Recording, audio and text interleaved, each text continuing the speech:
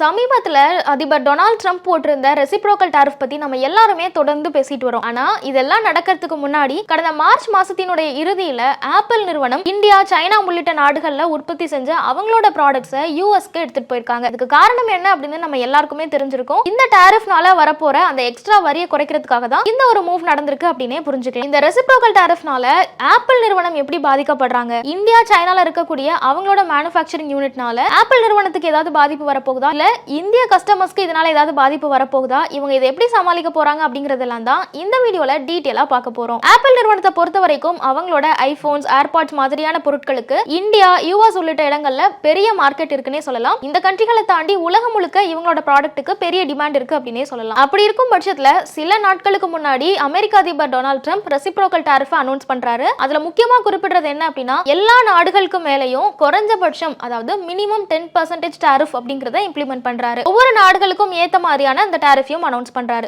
எப்படியும் 10% டாரிஃப் அப்படிங்கறது நம்ம கொடுத்து தான் ஆகணும் அப்படிங்கிறது கன்ஃபார்ம் ஆகுது. ஆனா இந்த அனௌன்ஸ்மெண்ட் அப்படிங்கிறது கடந்த புதன்கிழமை வருது. இது இம்ப்ளிமெண்ட் ஆகிறது ஏப்ரல் 5ஆம் தேதியான வெள்ளிக்கிழமை இம்ப்ளிமெண்ட் ஆகுது. ஆனா இது எல்லாம் நடக்கிறதுக்கு முன்னாடி, இந்த அபிஷியல் அனௌன்ஸ்மெண்ட் வரதுக்கு முன்னாடியே ஆப்பிள் நிறுவனம் கடந்த மார்ச் மாதத்தோட இறுதியில என்ன பண்ணிருக்காங்க அப்படின்னா, இந்தியா, சைனா உள்ளிட்ட அவங்களோட மேனுஃபேக்சரிங் யூனிட்ல தயாரிச்ச பொருட்களை ஏரோப்ளேன் மூலமா யூஎஸ்க்கு எடுத்துட்டு போயிருக்காங்க. இதனால என்ன நடக்கும் அப்படின்னு பாத்தீங்கன்னா, இப்போ ஆப்பிள் நிறுவனம் யூஎஸ்க்கு அவங்களோட ப்ராடக்ட்டை இந்தியால இருந்து எடுத்துட்டு போறாங்கன்னா அங்க இம்போர்ட் டியூட்டி கொடுக்கணும். இம்போர்ட் டியூட்டி மினிமம் 10% வச்சிருக்காங்க. இந்தியாவுக்கு 27% வரைக்கும் போட்டிருக்காங்க. அப்படி இருக்கும்போது அதிக வரி கொடுத்து யூஎஸ்ல அதை இம்போர்ட் பண்ற மாதிரி இருக்கும். இதுவே இந்த டாரிஃப் அனௌன்ஸ்மெண்ட்டுக்கு முன்னாடி கொண்டு போயிட்டாங்க அப்படின்னா அது ரொம்ப ரொம்ப குறைவு. கிட்டத்தட்ட 2.5-3% வரைக்கும் தான் அந்த இம்போர்ட் டியூட்டி அப்படிங்கிறது இருந்துட்டு இருந்தது. சோ இதை குறைக்கிறதுக்காக தான் ஆப்பிள் நிறுவனம் இப்படி ஒரு மூவ் பண்ணிருக்காங்க அப்படின்னு பார்க்கப்படுது. இதுல முக்கியமா இன்னொரு காரணமும் சொல்லப்படுறது என்ன அப்படின்னா, 5 பிளேன் நிறைய அவங்க இந்த ப்ராடக்ட்ஸ் எடுத்துட்டு போயிருக்காங்க அப்படிங்கும்போது அடுத்த சில மாதங்களுக்கு யூஎஸோட அந்த தேவையை பூர்த்தி பண்ற அளவுக்கு, யூஎஸ் மார்க்கெட்டோட டிமாண்டுக்கு ஏற்ற மாதிரியான சப்ளை அவங்க எடுத்துட்டு போயிட்டாங்க அப்படின்னும், அதனால இந்த டாரிஃபை பொறுத்து விலையேற்றத்தை உடனே ஆப்பிள் நிறுவனம் அனௌன்ஸ் பண்ண மாட்டாங்க.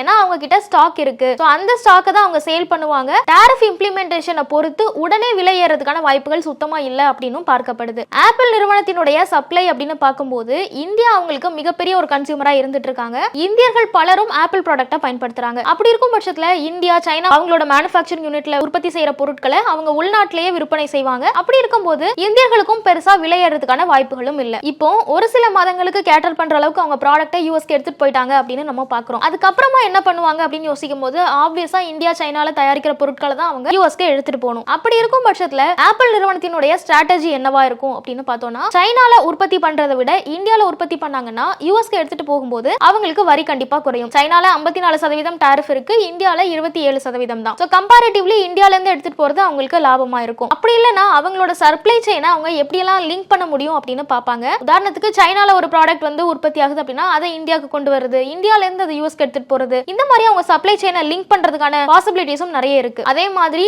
இந்தியா, சைனா ரெண்டு நாடுகள்லயுமே ஆப்பிள் ப்ராடக்ட்ஸ் மேஜரா வந்து ப்ரொடக்ஷன்ல இருக்கு. ஆனா இந்தியா அவங்களுக்கு இன்னும் கான்சென்ட்ரேட் பண்ணி நிறைய ப்ராடக்ட்ஸை இந்தியால உற்பத்தி பண்ண ஆரம்பிப்பாங்க. இந்தியால இருக்கக்கூடிய அவங்க மேனுஃபேக்சரிங் யூனிட்டை இன்னும் விரிவுபடுத்துறதுக்கான வாய்ப்புகள் நிறையவே இருக்கு அப்படின்னு சொல்றாங்க. இதுக்கு முக்கியமான இருக்கிற ரெண்டே காரணம், இந்தியால இருந்து எடுத்துட்டு போகும்போது வரி குறைவு ஒண்ணு, ரெண்டாவது விஷயம் இந்தியால அவங்களுக்கு கன்சியூமர் பேஸ் ரொம்ப ரொம்ப ஜாஸ்தி. அப்படி இருக்கும்போது உள்நாட்டிலே உற்பத்தி செஞ்சு விற்கும் போது அவங்களுக்கும் அது நிறைய லாபகரமா இருக்கிறதுக்கான வாய்ப்புகள் இருக்கு. சோ ஆப்பிள் நிறுவனத்தினுடைய இந்த முடிவுல இந்தியால அவங்களோட மேனுஃபேக்சரிங் யூனிட் ரொம்ப ஸ்ட்ராங் ஆகிறதுக்கான வாய்ப்புகள் இருக்கு அப்படின்னு சொல்லப்படுது. அதே நேரத்துல அவங்களோட யூஎஸ் மார்க்கெட்டும் ரொம்ப ரொம்ப பெருசு. யூஎஸ்லயும் நிறைய மக்கள் ஆப்பிள் ப்ராடக்ட்ஸை வாங்கிட்டு இருக்காங்க. சோ இந்தியா, யூஎஸ் இல்ல சைனா மற்ற நாடுகள் இவங்களுக்கு எல்லாத்துக்குமே கேட்டர் பண்ற மாதிரி ரொம்ப குறைந்த வரியில எப்படி இந்த ப்ராடக்ட் எல்லாம் எடுத்துட்டு போலாம் அப்படிங்கறது தான் ஆப்பிள் நிறுவனம் இப்ப தீவிரமா கண்காணிச்சிட்டு இருக்காங்க அப்படிங்கிற தகவலும் வெளியாயிருக்கு.